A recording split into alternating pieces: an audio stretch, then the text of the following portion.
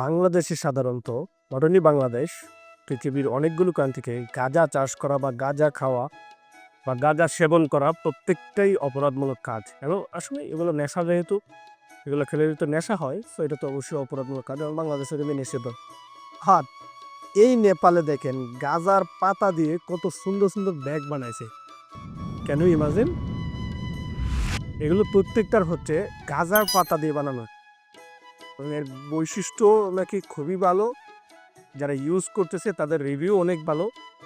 এবং প্রত্যেকটা ব্যাগ এত চমৎকারভাবে ডিজাইন করা, যা মানে একদম আপনি যদি কাছ থেকে দেখেন বা ইউজ করেন বা হাতে নেন, তখন হচ্ছে তার হ্যান্ড ফিলগুলো আসলে বুঝতে পারবেন। এবং আমি কথা বলছি নেপালের কাঠমান্ডু থেকে। সো এখানে হচ্ছে এই গাজার পাতা দিয়ে বানানো ব্যাগ বিভিন্ন রকমের ডিজাইন করে করে আপনাদের কাছে সেল করতেছে।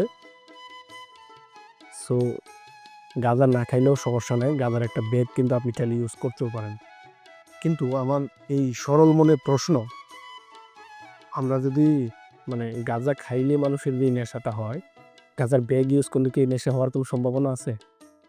আমার ইউজ করে দেখতে হবে। আমি একটা ব্যাগ অলরেডি নিছি।